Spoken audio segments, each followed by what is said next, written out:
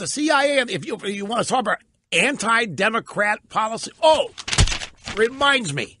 Folks, I saw in its entirety last night The Darkest Hour. This is the movie about 4 years, 1940 to 43, 44, about the period where Neville Chamberlain and his group in the House of Parliament wanted to make a peace deal with Hitler. Hitler was scorching the earth. Hitler had invaded Czechoslovakia, Poland, Norway, France, and Neville Chamberlain and his buddies were trying to force Churchill, who was a compromised prime minister, to authorize them to go have Mussolini act as the middleman in peace talks so that Hitler would leave the UK alone while he rolled over the rest of Europe. And the movie is it's a fascinating thing. I watched this thing last night, and I was drawn to it because of the uncanny relationship it has to certain political events in America today. I'm not comparing what we're up against is Hitler, don't misunderstand. But we're having arguments in our country over American strength, American uniqueness, America as a superpower, or should we pare ourselves down because we're illegitimate superpower? We don't deserve it because we've stolen, our founding is illegitimate, all the stuff that Obama popularized, the American left now believes and has taught. And this is a historical look back at what Churchill was up against and what had to happen for the United Kingdom to survive and win. It's not a war movie. You're not going to see blood and guts. You're not going to see battle scenes. There's only one thing in this movie that slightly bothers me. But I think I know why it was done. In the movie, Winston Churchill takes a ride on the London subway. And on that ride in the London subway, he receives inspiration from the British people. The people on the subway car almost unanimously tell him to fight, fight, fight, fight. Surrender to the Nazis, surrender to Herr Hitler, no way. Now, Churchill never rode the subway. I know enough about Churchill to know he never rode this. In this instance, that the thing that bothered me about it at first was the movie makes it look like Churchill drew his inspiration and his intellect from the people of the United Kingdom. And the purpose of putting him on a subway car is to show, because it comes at a point in time where Neville Chamberlain and his gang are doing everything they can to force peace talks with Hitler. And Churchill's on the verge of agreeing because they're about to lose their army at Dunkirk. They're about to have the entire British army, 300,000 troops, wiped out at Dunkirk. They're about to be incapable of waging war. So the movie takes Churchill to the underground, goes on a subway, gets off at Westminster. It didn't happen.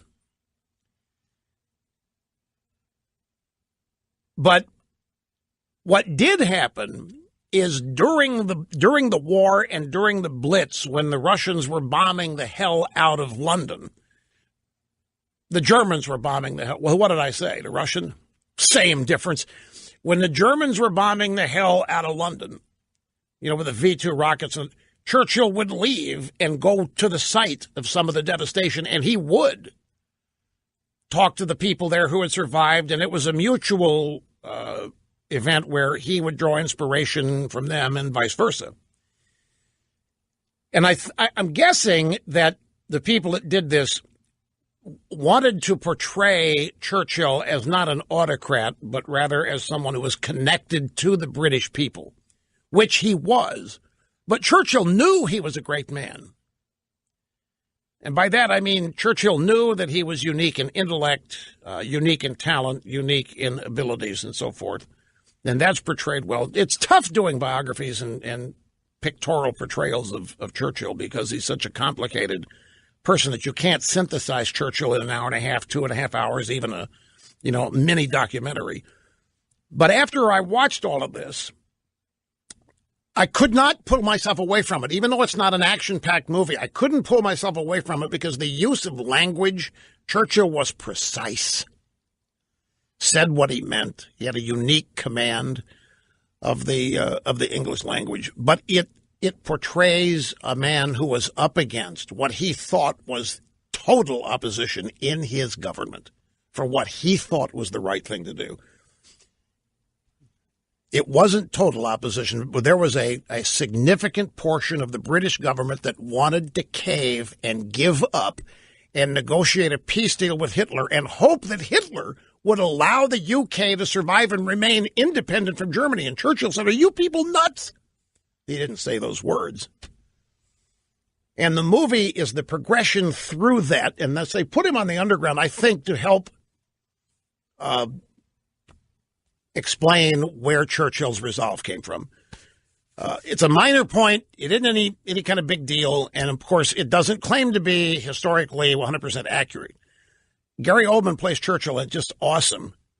I'm not an expert in trying to tell you when an actor's done a good job or not. But he stayed in the character that he became throughout this movie. Language, facial expressions, makeup, it was. And even though there's not a whole lot of ram-bam warfare action, I couldn't pull myself away because my brain was entirely captivated by this movie. Even though you know how it's going to end. It's called Darkest Hour, and I stand by what I said when I'd only seen about 20 minutes. If it comes to a theater where you are, go see it. Now, look, one more note about Hitler and Churchill in Germany. There are some who say that had there been negotiations between the UK and Hitler, that Hitler would have allowed the UK to remain independent, to keep its monarchy, to have no changes, and Hitler would take everything else. And the reason they say this, they say this, get this. Well, Hitler thought that they were a bunch of Anglophiles like him. And Hitler was of the impression that they would be sympathetic to what he was trying to do in wiping out Jews and people of color, non-Aryans. Look, folks, I know there are people who think that because people who want to sue and negotiate for peace never leave. But there is no way, even if Hitler originally thought that, Hitler would have soon discovered that the UK was not sympathetic to what he was doing, and he would have overrun them. They would not have had any way to resist. They wouldn't have had any way to stop. This movie is about one man's courageous resistance to incredible force and pressure to choose the path of least resistance and peace and so forth. It does a great job of encapsulating some of the greatness of Churchill, and that's why I think it'd be wise to see it.